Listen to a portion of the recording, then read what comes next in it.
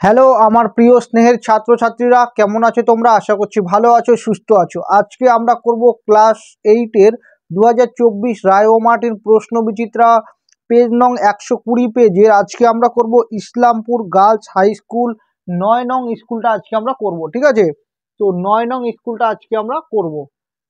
তো যারা 1 থেকে 8 পর্যন্ত এখনো দেখোনি তার ডেসক্রিপশন থেকে দেখে নাও। একে রোমান সংখ্যা একে বলেছে 1729 সংখ্যাটিকে কি সংখ্যা বলে? এখানে একটা শূন্যস্থান দেওয়া আছে, ঠিক আছে? তো দেখো আমি লিখে নিয়েছি 1729 সংখ্যাটিকে হার্ডি রামানুজ সংখ্যা বলে। আর কেন বলা হয় সেটা আমি 4 নং স্কুল সেটা আমি বলে দিয়েছিলাম। তোমরা প্লে লিস্ট থেকে 4 নং স্কুল সেটা দেখে নাও, সেখানে আমি বলে দিয়েছিলাম হার্ডি রামানুজ সংখ্যা 1729 এই সংখ্যাটাকে কেন বলা হয়, ঠিক আছে? 2-এর দাগে আছে 35 ডিগ্রি কোণের পূরক কোণের মান কত? তো আমি লিখে নিচ্ছি 35 ডিগ্রি কোণের পূরক কোণের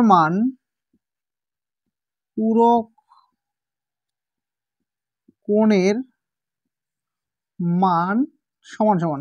দেখো যখন পূরক কোণের মান বের করতে বলবে তোমরা সবসময় সেটা কি 90 ডিগ্রি থেকে এই কোণটাকে মাইনাস করে দেবে, তাহলে সেটা পূরক কোণের মান বেরিয়ে যাবে। তো 90 থেকে আমরা 35কে মাইনাস করে দেবো, তাহলে কত হবে? এখানে যে 5 হাতে থাকবে 1 4, তাহলে 9 থেকে 4 গেলে কত থাকবে? 9 থেকে 4 গেলে থাকবে 5, আচ্ছা 55 ডিগ্রি, ঠিক আছে? তাহলে 35 ডিগ্রি কোণের পূরক কোণের মান হলো 55 ডিগ্রি, ঠিক আছে? 3-এর দাগে আছে সরল করো a minus B plus A B minus C plus C minus A. তো দেখো আমি সরল করো প্রশ্নটা আমি তুলে নিয়েছি সমান সমান। আমরা কিভাবে করব দেখো, এখানে এখানে কি চিহ্ন আছে? এখানে নাই মানে কিন্তু প্লাস আছে, প্লাস দিয়ে যে কোনো চিহ্নকে গুণ করলে সেটাই হয়। তো আমরা এখানে যা আছে তাই লিখে নেবো a মাইনাস বি। আবার এখানে দেখো প্লাস আছে, তো প্লাস দিয়ে এখানে তুমি চিহ্নগুলোকে যদি গুণ করো তাহলে যা আছে সেটাই হবে। তো আমরা লিখবো প্লাস বি মাইনাস সি, আবার প্লাস দিয়ে গুণ করবো। এদের দেখো এটার সামনে কি আছে? নাই মানে প্লাস আছে, প্লাজে দেখো প্লাস হয়, আবার প্লাস মাইনাসে কি হয়? মাইনাস হয়, ঠিক আছে? Minus A. তো সেই জন্যই বললাম প্লাস থাকলে তোমরা এখানে যা চিহ্ন আছে সেটাই রাখবে, আর যদি এখানে মাইনাস হতো তাহলে মাইনাস দিয়ে গুণ করলে কিন্তু সেটা চিহ্ন চেঞ্জ হয়ে যেত, ঠিক আছে? তো যাই হোক দেখো, এবার এর সামনে প্লাস আছে, এটার সামনে মাইনাস আছে, এটার সামনে মাইনাস আছে, এটার সামনে প্লাস আছে, এটার সামনে প্লাস আছে, এটার সামনে মাইনাস আছে, অর্থাৎ কেটে দিলে কি হবে? শূন্য হবে। তো এখানটার অ্যান্সার আসবে শূন্য, ঠিক আছে? 4-এর দাগে আছে একটি সমবাহু ত্রিভুজের প্রতিটি বাহুর দৈর্ঘ্য 4y + 2 সেমি হলে ত্রিভুজটির পরিসীমা কত? তো দেখো এখানে আমি একটা ছবি এঁকে নিয়েছি, এটা হলো একটা সমবাহু ত্রিভুজ। সমবাহু ত্রিভুজ মানে যার 3টা বাহু সমান হবে, তার মানে এটা যদি 4y + 2 হয়, এটাও 4y + 2, এটাও 4y + 2 সেমি, ঠিক আছে? তো এখানে আমাদের দেওয়া আছে সমবাহু ত্রিভুজের প্রতিটি বাহুর দৈর্ঘ্য, এটা দেওয়া আছে, ঠিক আছে? আমাদের বের করতে বলেছে এই সমবাহু ত্রিভুজের পরিসীমা, তাহলে আমরা লিখবো সুতরাং সমবাহু ত্রিভুজের পরিসীমা সমান সমান, আমরা সমবাহু ত্রিভুজের পরিসীমা সূত্র জানি 3 ইন্টু একটি বাহুর দৈর্ঘ্য, 3 ইন্টু একটি বাহুর দৈর্ঘ্য সমান সমান। দেখো তোমরা এই সূত্র দিয়ে প্রয়োগ করে এই মানটা বের করতে পারো, অথবা তোমরা যদি এই 3টা বাহুকে যোগ করে দাও তাহলে যেটা অ্যান্সার আসবে আর এই সূত্র দিয়ে প্রয়োগ করলে একই অ্যান্সার আসবে, ঠিক আছে? তো তোমাদের ইচ্ছা, তোমরা ডাইরেক্টলি সূত্রটা ইউজ করতে পারো। তাহলে 3 ইন্টু একটি বাহু দৈর্ঘ্য, প্রত্যেকটা বাহু দৈর্ঘ্য হলো 4y + 2, যেহেতু একটি বাহু বলেছে তো আমরা যে কোনো একটা লিখবো, তাহলে 4y + 2 হবে এত সেমি, ঠিক আছে? তো এবার কি করবো? আমরা গুণ করে দেবো। 3 দিয়ে 4কে গুণ করলে হবে 3 4 12y প্লাস 3 দিয়ে 2কে গুণ করলে আসবে 3 2 6, অর্থাৎ 12y + 6 সেমি, ঠিক আছে? 5-এর দাগে আছে 6750 সংখ্যাটিকে কোন ধনাত্মক সংখ্যা দিয়ে ভাগ করলে ভাগফল পূর্ণবর্গ সংখ্যা হবে? তাহলে দেখো প্রথমে আমরা এই সংখ্যাটা তুলে নিচ্ছি, কি আছে? 6750 আছে 50, ঠিক আছে? এই সংখ্যাটা বলেছে 6750 সংখ্যাটিকে কোন ধনাত্মক সংখ্যা দিয়ে ভাগ করলে ভাগফলটা পূর্ণবর্গ সংখ্যা, পূর্ণ ঘন সংখ্যা হবে বলেছে, ঠিক আছে? তো দেখো প্রথমে আমরা এটাকে ভাঙাবো, ঠিক আছে? তো আমরা এটাকে প্রথমে ভাঙাচ্ছি, 5 দিয়ে ভাগ করছি এটাকে, প্রথমে 5 দিয়ে ভাগ করব। তাহলে 5 দিয়ে ভাগ করলে 5 অক্ষে 5 থাকবে 17, মানে 1 হলে 17 হবে, 3 5 15, 16 17 মানে হবে 25, 5 5 25 শূন্য। যারা এভাবে ভাগ না করতে পারো তারা এভাবে ভাগ করো, যে 6750কে প্রথমে 5 দিয়ে ভাগ করো, দেখো কত আসে, সেই ভাগফলটা এখানে লিখবে, ঠিক আছে? একই রকম ভাবে আমরা আবার 5 দিয়ে ভাগ করবো, 5 দুগুণে 10, 11 12 13, 3 থাকবে, হবে 35, 5 7 35 হবে শূন্য, ঠিক আছে? এরপরে আমরা আবার 5 দিয়ে ভাগ করব, 5 5 হবে 25, 26 27 20 হবে, 4 5 হবে 20, এরপর আর 5 দিয়ে ভাগ যাবে না। তো এরপর আমরা কত দিয়ে করব? এরপর আমরা 6 দিয়ে বা 3 দিয়ে, তো হ্যাঁ 3 দিয়ে যাবে, তো 3 দিয়ে করলে হবে 3 অক্ষে 3, 2 থাকবে মানে 24, 3 8 24, আবার 3 দিয়ে করব, 3 6 18, আবার 3 দিয়ে করব, 3 দুগুণে 6। তাহলে আমরা লিখব সুতরাং 6750 সমান সমান এই সবগুলো সংখ্যার গুণফল। তাহলে কি কি আছে? 5 আছে গুণন 5 আছে গুণন 5 আছে গুণন 3 আছে 3টা, 1 2 3, গুণন কি আছে? 2 আছে। ঠিক আছে, তো দেখো এখানে আমাদের মানে প্রশ্নটা আরেকবার ভালো করে পড়ো। বলেছে 6750 সংখ্যাটিকে কোন ধনাত্মক সংখ্যা দিয়ে ভাগ করলে ভাগফল পূর্ণবর্গ সংখ্যা হবে, পূর্ণ ঘন সংখ্যা হবে। ঠিক আছে, তো পূর্ণ ঘন সংখ্যা মানেটা কি? মাথায় কিউব থাকবে। তো দেখো এখানে 5 কয়টা আছে বলো তো? 5 আছে এখানে 3টা, তো 5-এর কিউব লিখতে পারি। একই রকমভাবে 3 কয়টা আছে? 3টা, মানে 3-এর কিউব লিখতে পারি। তো এই দুটো সংখ্যা কিন্তু পূর্ণ ঘন সংখ্যা, মানে কোনো সংখ্যার পাওয়ারে যদি 3 থাকে তবে সেটা পূর্ণ ঘন সংখ্যা হয়। তাহলে দেখো কিন্তু আমাদের কিন্তু একটা 2 রয়ে গেল। আমরা যদি এই সংখ্যাটাকে যদি আমরা 2 দিয়ে ভাগ করি তাহলে 2 আর 2 কাটা যাবে, তাহলে এই পুরোটা কি হবে? পূর্ণ ঘন সংখ্যা হবে। তাহলে আমরা লিখব সুতরাং 6750কে 6750কে বা সংখ্যাটিকে 2 ধনাত্মক সংখ্যা দিয়ে ভাগ করলে, ধনাত্মক সংখ্যা দিয়ে ভাগ করলে ভাগফল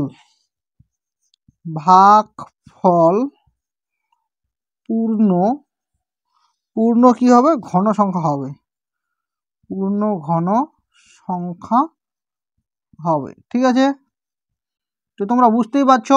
যদি আমরা এটাকে, আমি রাফে এখানে বুঝিয়ে দিচ্ছি। দেখো এখানে এই কি আছে? 5-এর কিউব আছে গুণন 3-এর কিউব আছে গুণন 2 আছে। তো এটাকে যদি আমরা 2 দিয়ে ভাগ করি, 2 2 কেটে গেলে থাকবে কি? 5-এর কিউব গুণন 3-এর কিউব থাকবে। তো আমরা এটাকে লিখতে পারি 5 গুণন 3 তার হোল কিউব লিখতে পারি। মানে এই 3টা এটার মাথা আসবে, এই 3টা এটার মাথা আসবে, অর্থাৎ 3 5 কত? 15, 15-এর কিউব। তার মানে কি এই সংখ্যাটা কি? একটা পূর্ণ ঘন সংখ্যা। ঠিক আছে, যাই হোক, তো এটা রাফে বুঝিয়ে দিলাম। তো তোমাদের এখান থেকে এই পর্যন্ত করতে হবে। ঠিক আছে, 2-এর রোমান সংখ্যা 1-এ বলেছে x plus 1/x equal to 4 হলে দেখাও যে x square plus 1/x square equal to 14 ও x এর পাওয়ার 4 প্লাস 1/x এর পাওয়ার 4 ইকুয়াল টু 124। মানে আমাদেরকে প্রমাণ করতে বলেছে যে x square plus 1/x square equal to 14 আর x এর পাওয়ার 4 প্লাস 1/x এর পাওয়ার 4 সমান সমান 194। এটা প্রমাণ করতে বলেছে।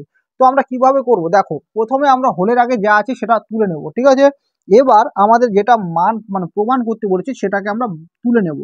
সবসময় মনে রাখবে যে প্রমাণ করি যে বা দেখাও যে এই কথাটা থাকলে তোমাকে বাম পক্ষের আগেরটা তুলতে হবে। ঠিক আছে, তো সেটাকে আমরা এলএসএস দিয়ে তুলবো। তো বাম পক্ষের আগে কি আছে বলো তো? এক্স স্কোয়ার প্লাস আছে 1/x স্কোয়ার, এটা আছে। ঠিক আছে, তো সমান সমান দেখো এটাকে আমরা কিভাবে করছি? এটাকে এক্সকে ফার্স্ট ব্র্যাকেটে রেখে বাইরে স্কোয়ার লিখবো, আবার একই রকমভাবে 1/x লিখে বাইরে স্কোয়ার লিখবো। তো এটা যদি এক্স এর মাথা যায় তাহলে এক্স স্কোয়ার হবে, আর এটা যদি 1-এর মাথা যায়, 1 স্কোয়ার মানে কত? একই হবে। আবার এই স্কোয়ারটা এক্স এর মাথা গেলে এক্স স্কোয়ার হবে, অর্থাৎ এই লাইনটা যা কথা এই লাইনটা একই কথা, সমান সমান। তো দেখো আমরা সূত্র প্রয়োগ করবো। তো আমি এখানে গ্রাফে বুঝিয়ে দিচ্ছি। এই সূত্রটা দেবো, স্কোয়ার প্লাস বি স্কোয়ার। এর দুটো সূত্র হয়, একটা হয় এ প্লাস বি তার হোল স্কোয়ার মাইনাস 2ab হয়, আরেকটা হয় এ মাইনাস বি তার হোল স্কোয়ার প্লাস 2ab হয়। তো এবার ব্যাপারটা হলো আমরা কোনটা দেবো? তো এই সূত্র দেবো না এই সূত্র দেবো? দেখো ভালো করে লক্ষ্য করে দেখো, ওপরে কি হোলের আগে আমাদের কি দেওয়া আছে? প্লাসের মানটা দেওয়া আছে। তো আমরা ওপরে সূত্রটা দেবো, আমরা এটাকে এ ধরবো এটাকে বি ধরবো, তাহলে সূত্রটা হবে এ প্লাস বি। তাহলে এ বলতে এখানে এক্স আছে, এ প্লাস বি বলতে 1/x আছে তার হোল স্কোয়ার মাইনাস কি আছে? 2ab আছে। তাহলে সূত্র 2a বলতে এখানে কি হবে? এক্স। তো আমরা এক্সকে ধরেছি, আর বি বলতে ধরেছি 1/x 2ab। ঠিক আছে, তো দেখো এই এক্স নিচে আছে, এক্স ওপরে আছে, তো কেটে দিব। সমান সমান এক্স প্লাস 1/x এর মান দেখো এখানে দেওয়া আছে, কত দেওয়া আছে? 4 দেওয়া আছে। তাহলে 4-এর মাথায় হবে স্কোয়ার মাইনাস এখানে 2 অক্ষে 2 গুণ করে দিলে সমান সমান। তো দেখো 4-এর স্কোয়ার মানে কি হবে? 4 4 হবে 16, মাইনাস হবে 2, তাহলে 16 থেকে 2 গেলে কত হবে? 14। তো আমাদের দেখো ডান পক্ষে এই মানটাই কিন্তু দেওয়া আছে। তো আমরা বলতে পারি সুতরাং বাম পক্ষ সমান সমান ডান পক্ষ প্রমাণিত, আমাদের এটাই প্রমাণ করতে বলেছে। তাহলে লিখবো সুতরাং বাম পক্ষ সমান সমান ডান পক্ষ প্রমাণিত। ঠিক আছে, প্রুফড। এবার দেখো আমরা এবার দ্বিতীয়টা তুলে নেব, দ্বিতীয়টার বাম পক্ষটা তুলে নেব। দ্বিতীয়টার বাম পক্ষে কি আছে বলো তো, এলআইসি দিয়ে আমরা তুলে নিচ্ছি। তো দ্বিতীয়টার বাম পক্ষে আছে যে এক্স এর পাওয়ার 4, কি আছে এক্স এর পাওয়ার 4 প্লাস আছে 1/x এর পাওয়ার 4। তো এটাকে দেখো আমরা কিভাবে লিখছি, এটাকে আমরা লিখতে পারি এক্স স্কোয়ার এর মাথায় স্কোয়ার, তাহলে 2 দুগুণে 4 হবে। তাহলে এটা যা কথা এটা একই কথা। একই রকমভাবে এটাকে লিখতে পারি 1/x স্কোয়ার তার স্কোয়ার, তো এক স্কোয়ার মানে 1 হবে, আর এক্স এর মাথায় স্কোয়ার মানে এক্স স্কোয়ার হবে। তার এটা যা কথা এটা একই কথা। তো এটাকে আমরা এ ধরবো, এটাকে বি ধরবো, তাহলে এ স্কোয়ার প্লাস বি স্কোয়ার সূত্র পড়বে। ঠিক আছে, তাহলে স্কোয়ার প্লাস বি স্কোয়ার সূত্রটা হবে এ প্লাস বি তার হোল স্কোয়ার। তো এ বলতে কিন্তু এটা আর বি বলতে কিন্তু এটা, তাহলে এ প্লাস বি তার হোল স্কোয়ার মাইনাস 2ab, এ বলতে এক্স স্কোয়ার আর বি বলতে 1/x স্কোয়ার। তো এটা আর এটা কেটে দেবো, সমান সমান দেখো x square plus 1/x square তার হোল স্কোয়ার আছে। তো দেখো এখানে x square plus 1/x square এর মানটা আমরা বের করে নিয়েছিলাম কত, 14 বের করে নিয়েছিলাম, এর মাথায় স্কোয়ার হবে মাইনাস 2 অক্ষে হবে 2, তাহলে 14 এর মাথায় স্কোয়ার মানে 14 আমরা দুবার গুণ করব। তো এখানে গুণ করে নিচ্ছি 14 আমরা দুবার গুণ করে নিচ্ছি, 4 4 16 6 থাকবে 1, 4 অক্ষে 4 1 5, 4 অক্ষে 4 1 অক্ষে 1, অর্থাৎ 6 9 1 হবে 196 মাইনাস 2, তাহলে 196 থেকে 2 বিয়োগ করে দিলে কত আসবে 194। তো দেখো এখানে ডান পক্ষের মধ্যে কিন্তু 194টাই দেওয়া আছে, তাহলে লিখবো যে আর এইচ এস। ঠিক আছে, তো আমরা লিখবো সুতরাং বাম পক্ষ সমান সমান ডান পক্ষ প্রমাণিত। তো আমাদের এটাই কিন্তু প্রমাণ করতে বলেছে। ঠিক আছে, দুইয়ের দাগে আছে অজন্তা হাউসিং কমপ্লেক্সের বর্গক্ষেত্রাকার পার্কের বাইরের চারিদিকে 3 মিটার চওড়া একটি রাস্তা আছে। রাস্তা সমেত পার্কের পরিসীমা 484 মিটার হলে রাস্তাটির ক্ষেত্রফল কত? তো দেখো আমি প্রথমে এখানে আমাদের বলেছে অজন্তা হাউসিং কমপ্লেক্সের বর্গক্ষেত্রাকার পার্কের চারিদিকে, প্রথমে আমরা একটা বর্গক্ষেত্রাকার পার্ক আঁকবো। ঠিক আছে, তো দেখো এই হলো একটা বর্গক্ষেত্রাকার পার্ক। তো বর্গক্ষেত্রাকার মানে জানো তোমরা, যেটার দৈর্ঘ্য প্রস্থ সব সমান থাকবে, অর্থাৎ 4টা বাহু কি থাকবে সমান থাকবে। তো এটা হলো একটা পার্ক, এটা হলো একটা পার্ক। তো আমাদের বলেছে যে বর্গক্ষেত্রাকার পার্কের বাইরের চারিদিকে মানে এইদিকে চারিদিকে বলেছে। ঠিক আছে, চারিদিকে কি বলেছে, চারিদিকে 3 মিটার চওড়া একটা রাস্তা আছে। তাহলে এখান থেকে এইটুকু কত মিটার চওড়া, 3 মিটার চওড়া, তাহলে এখানেও 3 মিটার চওড়া একটা রাস্তা আছে। আবার এই দিকেও কিন্তু 3 মিটার চওড়া। ঠিক আছে, আবার এই দিকেও কিন্তু 3 মিটার চওড়া রাস্তা আছে। ঠিক আছে, তো আমাদের বলেছে রাস্তা সমেত, মানে এই যে রাস্তাটা আছে এই রাস্তা সমেত পুরো পার্কের পরিসীমাটা দেওয়া আছে 484 মিটার। তো আমাদের বলেছে রাস্তাটির ক্ষেত্রফল কত? তো আমরা কিভাবে করবো বলো তো? তো আমরা প্রথমে যেটা দেওয়া আছে সেটা লিখে নেব। বলেছে রাস্তা সমেত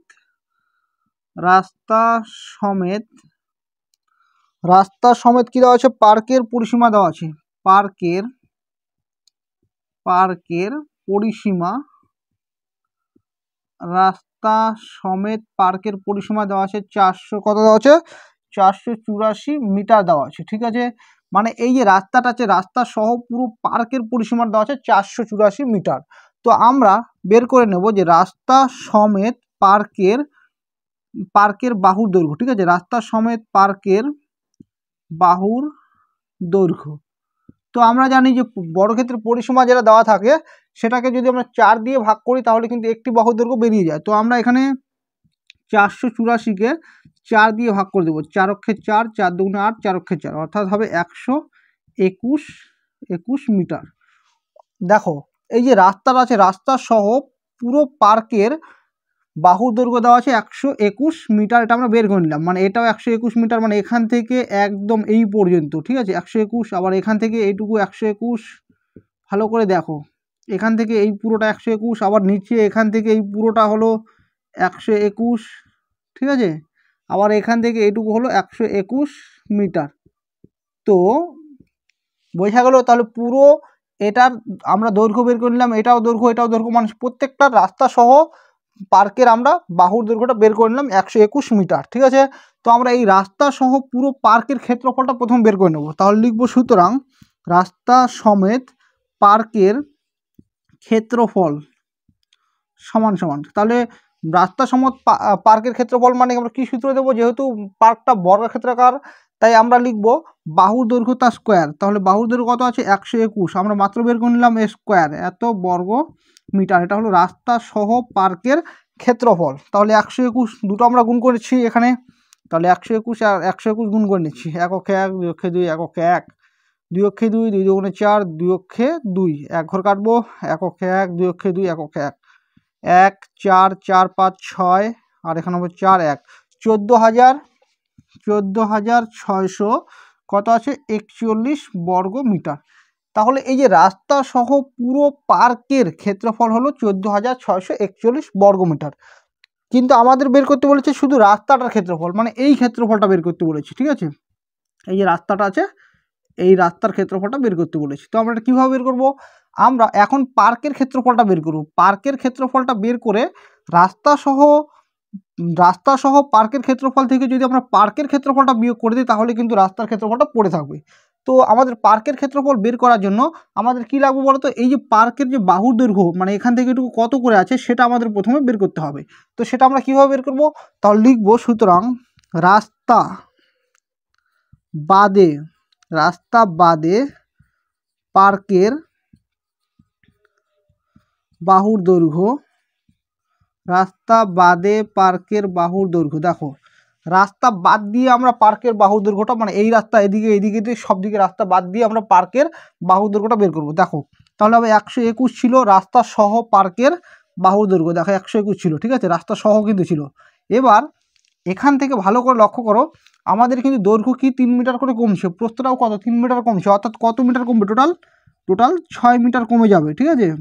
তাই আমরা রাস্তা সহ যে পার্কের যে বাহুর দৈর্ঘ্য ছিল সেখান থেকে 6 মিটার আমরা মাইনাস করে দেবো, এখানে 3 মিটার কমবে আবার এখানে 3 মিটার কমবে, ঠিক আছে। তাহলে 121 মাইনাস 3 দুগুণে হবে 6 এত মিটার।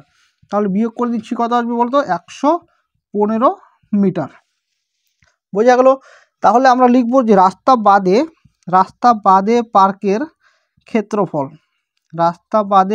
ক্ষেত্রফল, সূত্রটা কি হবে, রাস্তা বাদে পার্কের ক্ষেত্রফল, এখন এখান থেকে এইটুকু এই পার্কের ক্ষেত্রফল হলো 115 মিটার, এটাও হবে 115 মিটার, আবার এটাও হবে 115 মিটার, আবার এটাও হবে 115 মিটার।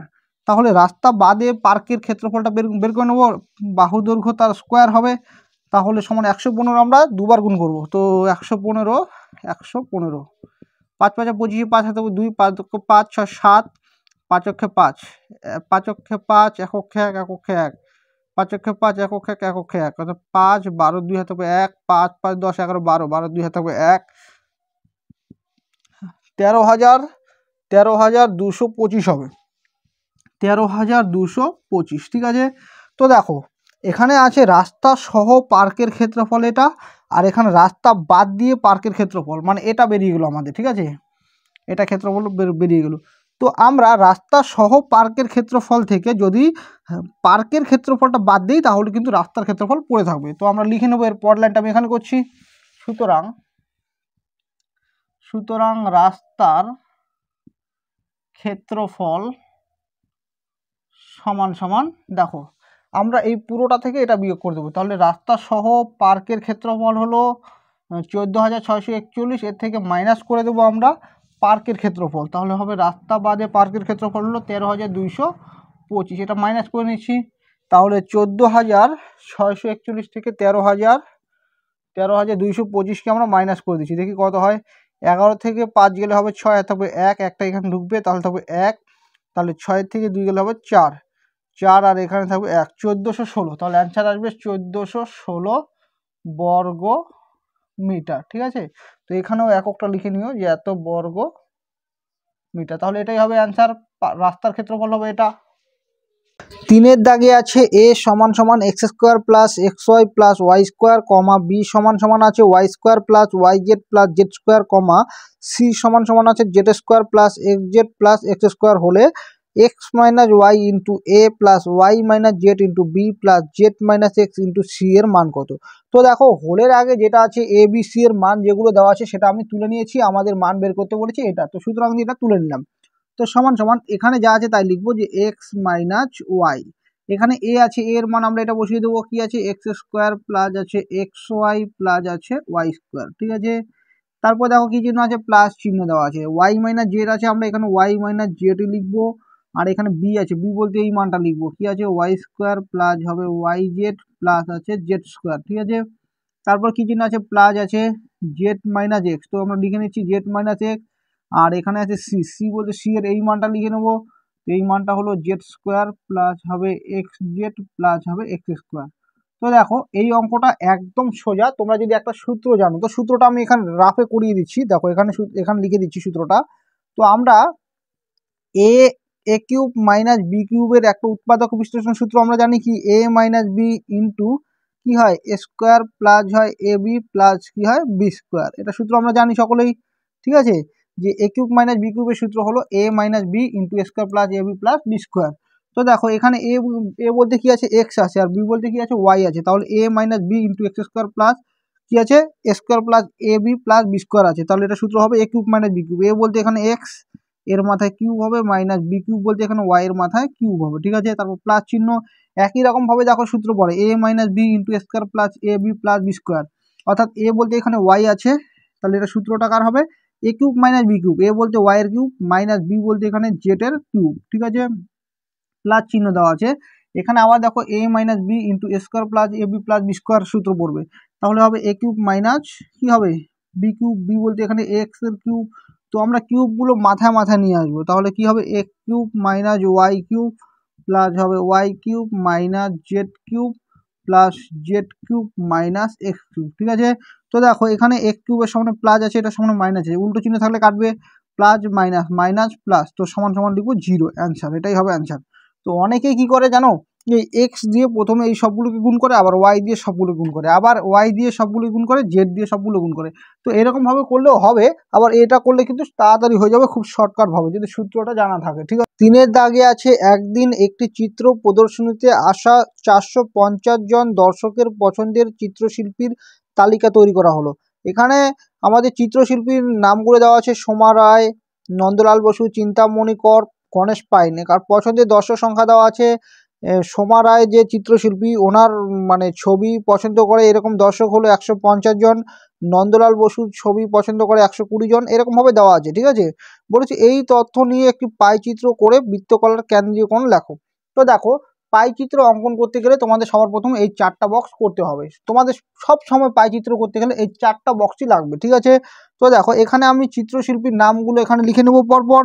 প্রথমে কি আছে সোমা, সোমা কি আছে রায় আছে, তারপরে কি আছে সোমা রায়ের পরে আছে নন্দলাল বসু, তো লিখে নিচ্ছি নন্দলাল, নন্দলাল বসু। তারপরে কি আছে চিন্তামণি কর, চিন্তামণি কর। তারপরে আছে গণেশ পাইন, গণেশ পাইন, ঠিক আছে।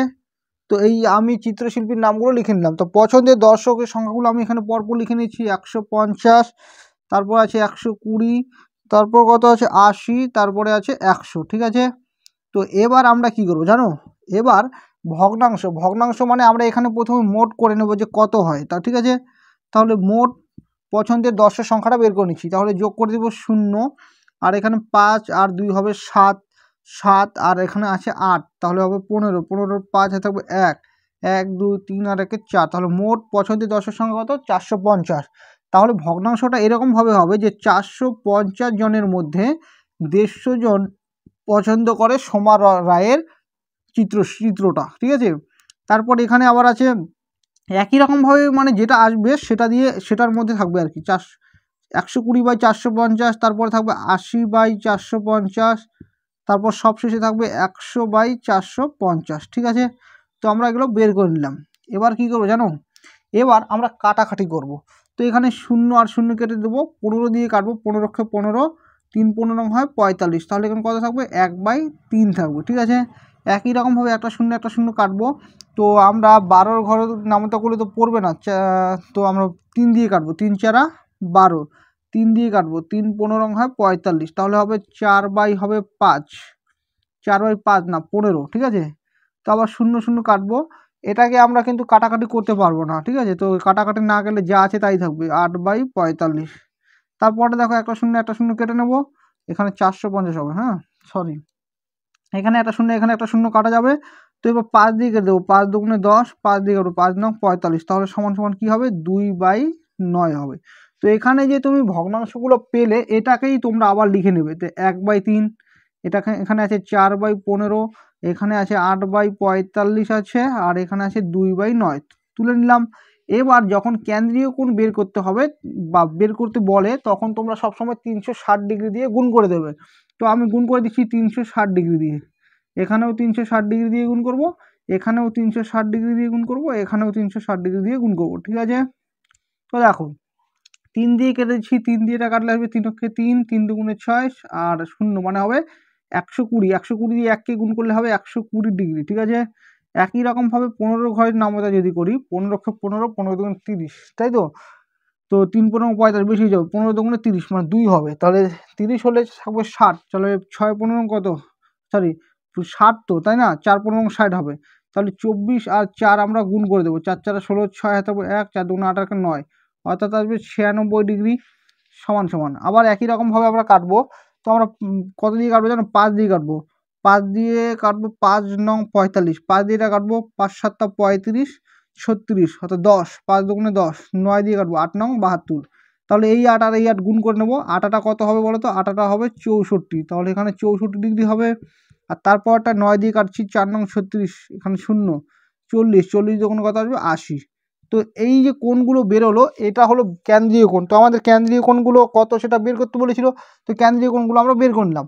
এবার কি করব, আমরা পাইচিত্র অঙ্কন করব। পাইচিত্র কিভাবে আঁকবো, প্রথমে একটা কাটা কম্পাসের সাহায্যে বৃত্ত অঙ্কন করে নেব, তারপর এই কোণগুলো আমরা চাঁদার সাহায্যে বসিয়ে নেব। তো চলো সেটা খাতায় করে দেখাই। তো দেখো চলে এলাম খাতায়, আমরা এখন অঙ্কন করব পাইচিত্র। পাইচিত্র অঙ্কনের জন্য যে কোনো একটা মাপ নিয়ে প্রথমে একটা বৃত্ত অঙ্কন করে নেবে। ঠিক আছে, তো আমি প্রথমে একটা বৃত্ত অঙ্কন করে নিচ্ছি।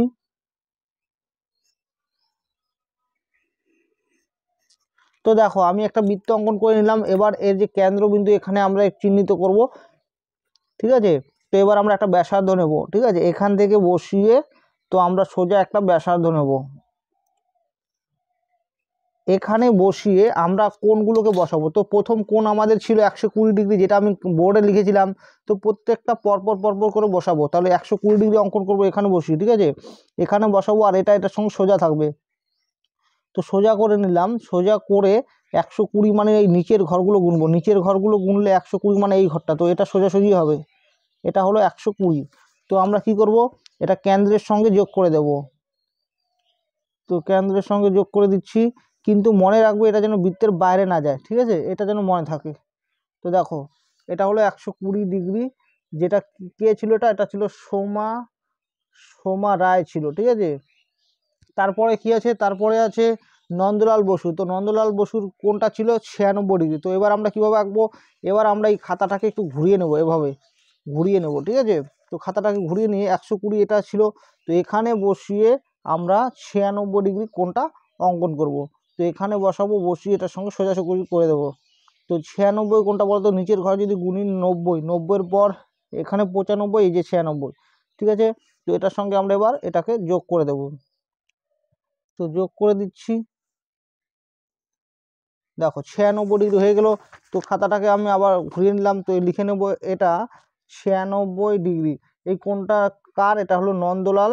নন্দলাল নন্দলাল কি ছিল, নন্দলাল বসু ছিল। ঠিক আছে, এবার এখানে ছিল 96 শেষ হয়েছিল, তো এখানে আমরা কোণ অঙ্কন করব। তারপর চিন্তামণি করেরটা, তো চিন্তামণি করেরটা ছিল 64 ডিগ্রি। একই রকমভাবে খাতাটা আমি আবার আগের মতো করে নিয়ে ঘুরে নিলাম। ঠিক আছে, তো এখানে আমরা কি করব, এখানে আমরা অঙ্কন করব 64 ডিগ্রি। তো এখানে বসাবো, এটা সোজাসুজি করব, সোজাসুজি করে 64 ডিগ্রি অঙ্কন করব। 64 ডিগ্রি কোথায় আছে বলো তো, 64, তো এই যে 60, 60-এর পরে এই যে 64। ঠিক আছে, তো এটা হলো 64। তো এটা আমরা যোগ করে দেবো কেন্দ্রের সঙ্গে। তো 64 হয়ে গেল। তো এখানে আমরা লিখে নেব এবার যে এটা হলো 64 ডিগ্রি। এটা কার ছিল? এটা ছিল চিন্তামণি করের, চিন্তামণি কর, ঠিক আছে। তো শেষে দেখো শেষের কোণটা কত ছিল? শেষের কোণটা ছিল 80 ডিগ্রি। এটা কিন্তু তোমাদের অঙ্কন করার দরকার নেই, সবসময় মনে রাখবে শেষেরটা কিন্তু অটোমেটিক চলে আসে। এটা কার হবে? এটা ছিল গণেশ পাইন, ঠিক আছে। তো এবার তোমাদের প্রশ্ন হলো শেষেরটা কি সত্যি সত্যি চলে আসে? তো দেখো আমি মেপে দেখাচ্ছি, শেষেরটা কিন্তু 80 ডিগ্রি ছিল। তো দেখো খাতাটাকে আমি আবার ঘুরিয়ে নিলাম, তো এখানে 80 ডিগ্রি আছে, তাই তো। তো এটা এটা এটা এখানে এটা কেন্দ্রতে বসাবো, কেন্দ্রতে বসিয়ে এটার সঙ্গে সোজাসুজি করব। তো দেখো আমি সোজাসুজি করে নিচ্ছি, ঠিক আছে। তো দেখো এই দেখো 80 হয়ে গেল, এই এই দাগটা, ঠিক আছে, 80 হয়ে গেল, অর্থাৎ শেষেরটা অটোমেটিক চলে আসে। তো এই হয়ে গেল পাই চিত্র। তো তোমরা দেখতেই পাচ্ছ যে পাই চিত্রটা কিন্তু একদম সোজা, ঠিক আছে। তো তোমরা অবশ্যই পরীক্ষায় করবে পাই চিত্রটা। তো এখান থেকে একদম ছোট্ট অঙ্ক, আর ছবিটাও তো একদম সোজা, তো 4 নাম্বার করে থাকে। আশা করছি পাই চিত্রগুলো তোমরা পরীক্ষা করবে। 4-এর দাগে আছে ভাগ করে ভাগফল ও ভাগশেষ লেখো।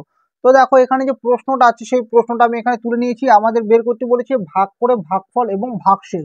তো আমরা এটা দিয়ে ভাগ করবো এটাকে। তো এখানে সংখ্যাটা যা আছে, প্রশ্নটা যা আছে আমি তুলে নিচ্ছি। এখানে আছে 8x - 13, এটাকে আমরা ভাগ করব কি দিয়ে? এটা দিয়ে। এটা কি আছে? এক্স স্কোয়ার প্লাস আছে 3x প্লাস আছে 3, ঠিক আছে। একদম সোজা, কিন্তু ভাগ কিন্তু একদম সোজা। তোমরা একটু মনোযোগ দাও, এখানে দেখো সবার প্রথমত তোমাকে ফোকাস রাখতে হবে এই প্রথম সংখ্যাটার উপর, ঠিক আছে। তো দেখো এখানে এক্স এর মাথায় কি আছে? কিউব আছে। তাহলে আমাকে এখানে কত দিয়ে গুণ করলে এক্স এর কিউব হবে? তাহলে নিশ্চয়ই এখানে এই এক্স স্কোয়ারকে এক্স দিয়ে গুণ করলে আসবে এক্স কিউব। তো তোমাদের সবার প্রথমত এই প্রথম সংখ্যাটা মেলাতে হবে, ঠিক আছে। যেহেতু এখানে এক্স কিউব আছে, তাই এক্স স্কোয়ারকে আমরা কত দিয়ে এক্স গুণ করলে এক্স কিউব আসবে? তাহলে এক্স দিয়ে। তাহলে এটা দিয়ে প্রথমে এটাকে গুণ করে এক্স কিউব হলো, তারপরে এটা দিয়ে আমরা সবগুলোকে গুণ করব, তারপর কি আসে আসুক। আমাদের প্রথম কথা হলো এটাকে মেলানো, ঠিক আছে। তো এক্স দিয়ে এটাকে গুণ করলে আসবে +3x²। তারপর আসবে এক্স দিয়ে এটাকে গুণ করলে আসবে +3x। তো এবার আমরা কি করব? এখানে যে চিহ্ন দেওয়া আছে তার উল্টো চিহ্ন দেবো। তো এখানে কি আছে? নাই মানে কিন্তু প্লাস চিহ্ন আছে, তো এর উল্টো চিহ্নটা কি হবে? মাইনাস। আবার এটার উল্টো চিহ্ন মাইনাস, আর এটার উল্টো চিহ্ন মাইনাস। তো এবার দেখো এটার সামনে আছে প্লাস, আর এটার সামনে কি? মাইনাস, মানে এটা চিহ্ন এবার নিচেরটা, ঠিক আছে। তাহলে উল্টো চিহ্ন তাহলে কেটে দেবো, প্লাস মাইনাস মাইনাস, ঠিক আছে। তো এবার দেখো এক্স স্কোয়ারের সামনে চিহ্ন হলো মাইনাস, আর 3x² সামনে চিহ্ন কিন্তু মাইনাস, ঠিক আছে। তো এই চিহ্নটা এখন কাজ করবে না, আমার নিচের চিহ্নটা কাজ করবে সব সময়, ঠিক আছে। তাহলে মাইনাস আর মাইনাস গুণ করলে কি হবে? প্লাস হবে। প্লাস মানে তোমাকে যোগ করতে বলেছি, 3টা x² আর একটা x² যোগ করলে আসবে 4টা x²। আর চিহ্ন সবসময় থাকবে বড় সংখ্যার সামনেটা। তাহলে 3x² এর সামনে চিহ্ন কি আছে? মাইনাস আছে। আমি আবারও বলছি মাঝখানের চিহ্ন কিন্তু এখন কাজ করবে না, ওপরেরটা আর নিচেটা কাজ করবে, ঠিক আছে। একই রকম ভাবে দেখো এখানে মাইনাস আছে, আর 3x এর সামনে আছে মাইনাস, তাহলে মাইনাসে মাইনাসে কি হবে? প্লাস হবে। প্লাস মানে যোগ করতে বলেছে, 8 3 যোগ করলে আসবে 11x। এবার চিহ্ন কোনটা থাকবে? বড় সংখ্যার সামনেটা, তার মানে মাইনাস থাকবে, ঠিক আছে। আর এখানে কি আছে? -13। তো কেটে নিলাম। এবার দেখো এখানে যে চিহ্নটা থাকবে চোখ বন্ধ করে এখানে সেই চিহ্নটা দিয়ে দেবে, মানে যাই থাকবে তাই দিয়ে দিবে, ঠিক আছে। তো এবার দেখো এখানে x² আছে, তো এখানে x² আছে, তো x² মিলে গেল। তো এবার আমরা সংখ্যা কত আছে? এখানে 4 আছে। তো আমরা যদি এটাকে 4 দিয়ে এটাকে গুণ করি তাহলে কিন্তু 4x² আসবে। কিন্তু গুণ করার আগে একটা কথা মনে রাখবে, চিহ্নটাকে সবার প্রথমে গুণ করতে হবে। তাহলে 4-এর সামনে কি আছে? মাইনাস আছে, আর x² সামনে কি আছে? প্লাস আছে। তাহলে প্লাসে মাইনাসে কি হবে? মাইনাস। 4 দিয়ে x² গুণ করলে আসবে 4x², ঠিক আছে। আবার আমরা চিহ্নটাকে গুণ করবো, মাইনাস আর এটার সামনে আছে প্লাস, প্লাসে মাইনাসে হবে মাইনাস। 4 দিয়ে 3কে গুণ করলে আসবে 3 4 12, আর সঙ্গে একটা এক্স আছে, ঠিক আছে। আবার মাইনাসে প্লাসে হবে মাইনাস, 4 দিয়ে 3কে গুণ করবো হবে 3 4 12। তাহলে এখানে আমি বলেছিলাম যার চিহ্ন থাকবে তার উল্টোটা লিখবো। তো দেখো এটার উল্টো চিহ্ন এটা কেটে যাবে, কারণ এটার সামনে মাইনাস, এটার সামনে প্লাস। আবার দেখো এটার সামনে মাইনাস, এটার সামনে প্লাস, তাহলে প্লাস মানে যে কি হয়? মাইনাস হয়।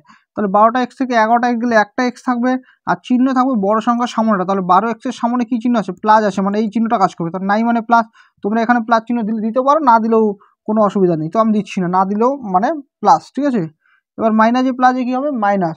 তাহলে 13 থেকে 12 চলে গেলে কথা হবে 1, চিহ্ন থাকবে কোনটার? বড় সংখ্যার সামনেটা, মানে মাইনাস থাকবে।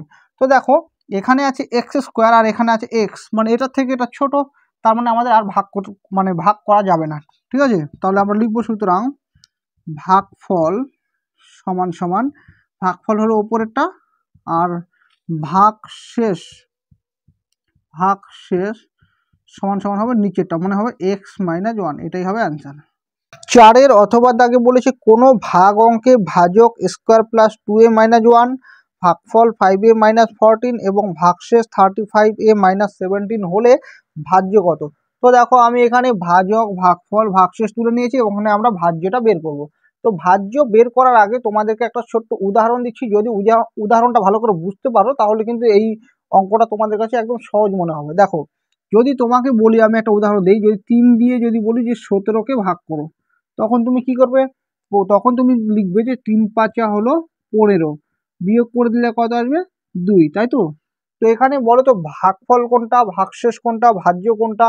তো দেখো এটা হলো, এটাকে বলবো আমরা ভাজক, ঠিক আছে, এটাকে কি বলবো ভাজক, আর এটাকে কি বলবো আমরা, এটাকে বলবো আমরা ভাগফল, আর এটাকে কি বলবো, এটাকে বলবো আমরা ভাগশেষ। জানি তোমরা এগুলো সব জানো, তবু আমি বলছি যেন তোমরা বুঝতে পারো, ঠিক আছে। 17 যেটা আছে এটা হবে ভাজ্য, ঠিক আছে। তো দেখো এখানে যে ভাজ্য 17 এসেছে, এটা কিভাবে এসেছে বলো তো, এটাকে আমরা আনবো কিভাবে। দেখো এখানে ভাজক কত আছে 3, ভাগফল কত আছে 5, তো এই দুটোকে যদি আমরা গুণ করি, গুণ করার পর যদি এই ভাগশেষটা যোগ করি তাহলে কিন্তু 17 চলে আসবে। দেখো 3-5 15 আর যোগ হলো 2 সমান সমান হলো 17, বোঝা গেল। একই রকম ভাবে আমরা যদি মনে করো 4 দিয়ে যদি 20কে ভাগ করার কথা বলি, তাহলে 4-5 কি হবে 20, তাহলে এখানে নিচে কি রইলো 0 রইলো, তাহলে এটা হলো ভাজক, এটা হলো ভাগফল, আর এটা হলো ভাগশেষ, আর এটা হলো ভাজ্য। তাহলে 20টা আমরা কিভাবে পাবো, তখন আমরা করব ভাজক আর ভাগফলটাকে গুণ করব, তাই তো। এখানেও কিন্তু ভাজক আর ভাগফলটাকে গুণ করা হয়েছিল, তার সঙ্গে ভাগশেষটা যোগ করা হয়েছিল। তাহলে 4-5 20, মানে এই দুটো গুণ করতে হয়, গুণ করে যেটা হবে সেটা নিচেটার সঙ্গে যোগ করতে হয়। তাহলে 4-5 20 আর 0 যদি যোগ করি তাহলে 20 হবে। তার মানে তোমরা বুঝতেই পারছো যে ভাজ্য যদি বের করতে যাই তাহলে আমাদের ভাজক আর কাকে গুণ করতে হবে, ভাজক আর ভাগফলটাকে গুণ করতে হবে। তাহলে ভাজক কিন্তু ভাগফল এর সঙ্গে যোগ করতে হবে কাকে বলো তো,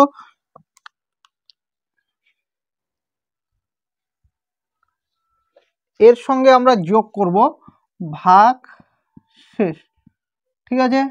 তাহলে দেখো সমান সমান ভাজক কত, ভাজক হলো এটাখানে কি আছে স্কোয়ার আছে প্লাস আছে 2a-1, এটা আছে ভাজক, কিন্তু ভাগফল হলো এটা 5a-14, এটা হলো ভাগফল, প্লাস ভাগশেষ কোনটা এটা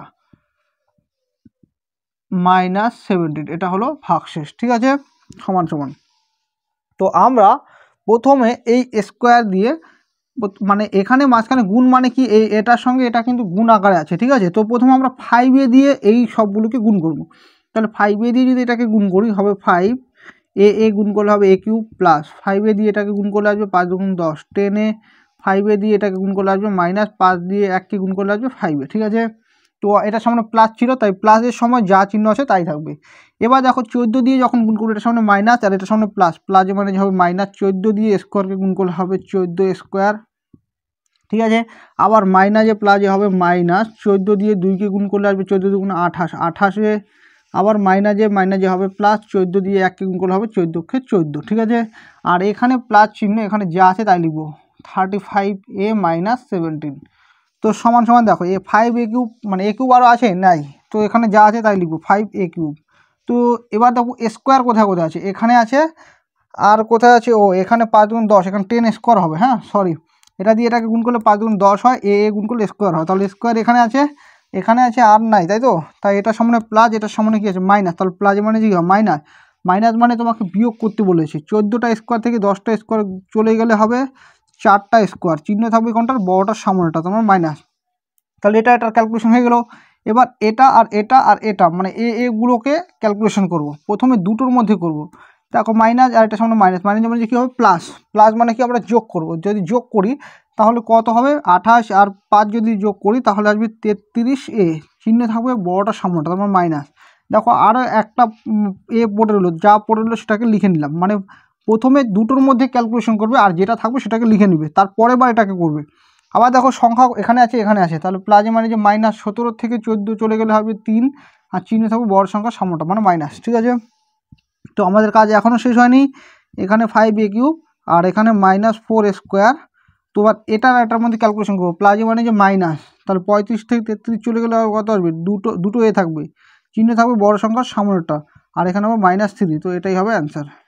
সবশেষে এটা বলবো, দেখো যদি ভিডিওটা তোমাদের কাছে ভালো লাগে বা তোমরা কিছু বুঝতে পারো ভিডিওটা থেকে, তাহলে তোমরা লাইক, শেয়ার এবং কমেন্ট করতে ভুলো না। আরেকটা কথা বলে দিই, তোমাদের একটা কমেন্টের জন্য আমি কিন্তু অনেকটা আশা নিয়ে বসে থাকি যে ভিডিওটা কি ভালো হলো না খারাপ হলো। যদি ভালো হয় তবে সেটা কমেন্ট করে জানিও, আর যদি খারাপ হয় সেটাও কমেন্ট করে জানিও, তাহলে পরবর্তী ভিডিওগুলো এর থেকে ভালো করার চেষ্টা করব।